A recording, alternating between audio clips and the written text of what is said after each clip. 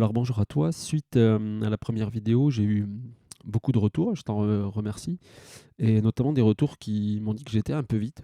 En fait, cette première vidéo, elle était destinée à un groupe d'élèves avec lequel j'avais déjà travaillé, donc effectivement, j'ai peut-être pris des raccourcis liés à ce groupe, et bah, je te propose de revenir un petit peu en arrière et de voir, on va dire étape par étape, tout ce que j'ai fait dans cette vidéo un peu plus lentement, et notamment au niveau des saisies de notes. Et aussi, je te donnerai à la fin de cette section un document que j'ai édité avec tous les raccourcis que j'utilise le plus souvent, et aussi quelques raccourcis que j'utilise rarement mais qui peuvent te faire gagner du temps. Alors on va venir directement donc dans la fenêtre comme tu dois la voir quand elle s'ouvre, sauf que toi ici au centre, tu dois pas avoir peut-être les mêmes choses que moi, puisque tout ce qu'on va trouver dans cette partie centrale, c'est les derniers documents que tu as, toi, manipulés sur Alors, ce ton que je te poste. propose, c'est qu'on va faire créer une nouvelle partition.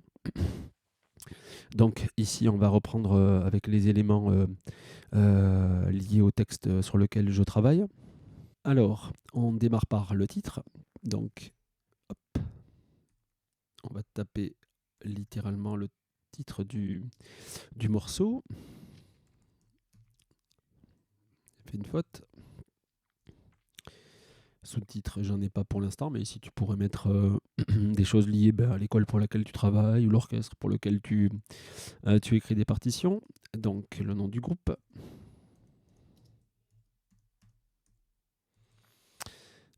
Le parolier, si c'est une chanson, tu peux mettre le nom des personnes qui ont contribué au texte. Et donc le copyright en guise de signature, moi je t'encourage à trouver ta petite formule. Donc moi je mets mon initiale et mon nom de famille, et j'y colle l'année dans laquelle je travaille. Alors si parfois tu dois revenir sur ton travail régulièrement pour pas te tromper dans les versions, c'est assez bien de mettre peut-être le jour avec. C'est-à-dire que quand tu vas faire des sauvegardes, tu sauras toujours, si tu as plusieurs fichiers, quel est le dernier. Donc là, on va faire continuer. Et on va se trouver donc dans l'assistant qui va nous permettre de créer la partition, on va dire choisir les instruments qu'il va y avoir à l'intérieur. Donc l'option numéro 1 qu'il te propose, on ne va pas la sélectionner tout de suite, ce sera de choisir les instruments quand tu as affaire à un groupe qui n'est pas, on va dire, dans la liste des sous-groupes qui te sont proposés en dessous. Tu as aussi la possibilité d'ouvrir une partition avec juste une clé de sol, une clé de fa, des portées de piano. Donc ici, tu as tous les groupes qui ont trait à la chorale, hein.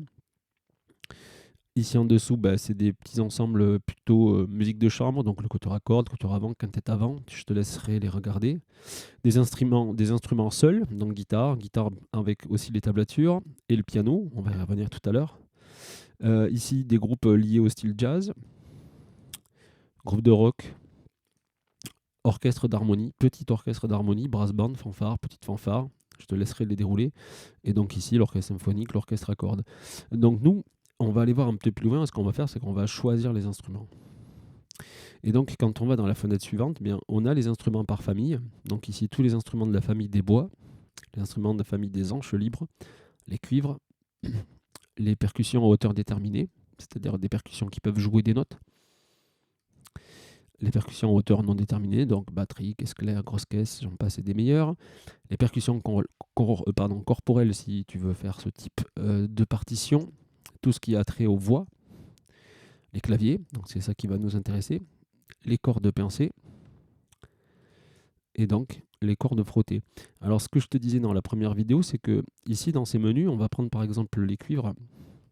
Tu vois que dans les cuivres, il n'y a que 5 instruments. On peut par exemple, nous, par rapport à l'orchestre d'harmonie, voir que le phonium, le baryton, suivant comment tu l'appelles, n'est pas dans cette liste, tout simplement parce que ici en haut, dans le menu, tu as choisi instrument commun. Ça s'est installé tout seul.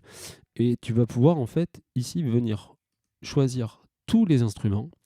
Et là, donc, tu vas te retrouver avec une liste bien plus étendue de possibilités d'instruments de la famille des cuivres. Alors, c'est pas toujours bien pratique, mais quand tu cherches un instrument, c'est plutôt intéressant. Sinon, tu peux choisir par on va dire, famille. Et donc là, si tu prends l'orchestre d'harmonie, tu vas te retrouver par exemple avec le phonium qui sera ici en clé de fa et ici en clé de sol. Alors attention avec le phonium, souvent, dans les logiciels de saisie comme ça, il est en ut. Et nous, c'est vrai qu'en France, on le joue pas mal en si bémol. Donc on verra peut-être un peu plus loin comment est-ce qu'on contourne ce problème. Donc nous, dans notre partition, on a besoin d'un piano. Donc dans l'orchestre d'harmonie, là, on s'est aperçu que lui, il a trouvé piano à queue, mais que si je reviens dans les instruments communs, donc je peux choisir ici le piano.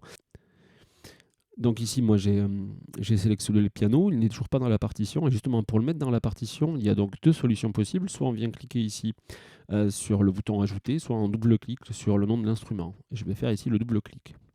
Donc là, on voit qu'il est venu dans la liste des instruments, et donc dans ma partition qui n'est pas encore créée, on sait que j'aurai du piano. Je pourrais tout à fait en fait ne garder qu'une des portées en cliquant sur une des portées et faisant supprimer ici, ce que je ne vais pas faire pour l'instant.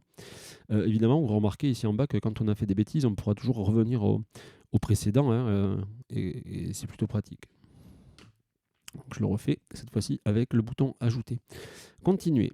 Donc notre texte à nous, il est en fa mineur, il a donc une armure de 4 bémol. Et donc ici, je pourrais indiquer un tempo. Le problème, vous voyez, il m'indique BPM. Et donc ça veut dire pour lui qu'il va considérer que le tempo est à la noire. Et nous, on sait que notre texte, on va vouloir le rentrer en C barré. Donc pour l'instant, je ne vais pas cocher ici puisque je m'en occuperai un petit peu plus tard. Donc continuer. Donc ici, je peux choisir les mesures. Alors évidemment, quand on est en ternaire, on peut ici rentrer le 8 en dessous. On peut rentrer le 2 quand on fait de la musique à la blanche. On peut faire tout plein d'autres choses. Mais il y a déjà des choses préprogrammées et notamment le C barré qui nous intéresse. Évidemment, on aurait pu avoir la situation d'une anacrouse. Il suffirait ici de coucher sur anacrouse et rentrer la longueur de cette anacrouse. C'est-à-dire qu'on sera à 4/4 et il nous faudrait 2 croches. Je laisserai sur 1/4 ici. Ça voudrait dire pour lui qu'il rajoutera un temps dans la première mesure. Et donc moi, dans mon exercice, je t'ai proposé de rentrer 10 mesures tout simplement pour t'apprendre à manœuvrer un peu dans le texte. Et on va essayer de continuer à faire ça. Et si je fais terminer, tu t'aperçois qu'il a créé un document vide de notes pour l'instant, qui ressemble un petit peu à ce que l'on essaye d'avoir comme rendu final. Alors, dans la première vidéo, je suis rentré directement on va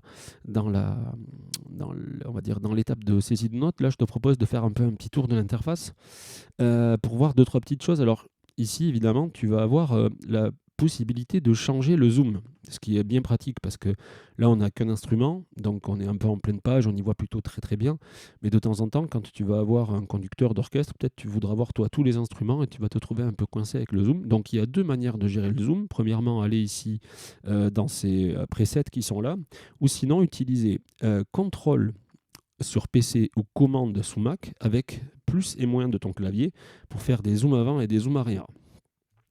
Alors, c'est des grands sauts à chaque fois, mais moi, je trouve ça pas mal.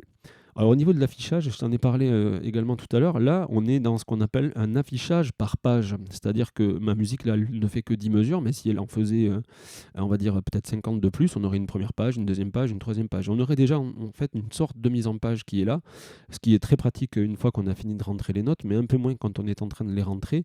Et moi, j'affectionne beaucoup l'affichage continu. Vous voyez qu'en fait, là, j'ai un affichage complètement différent.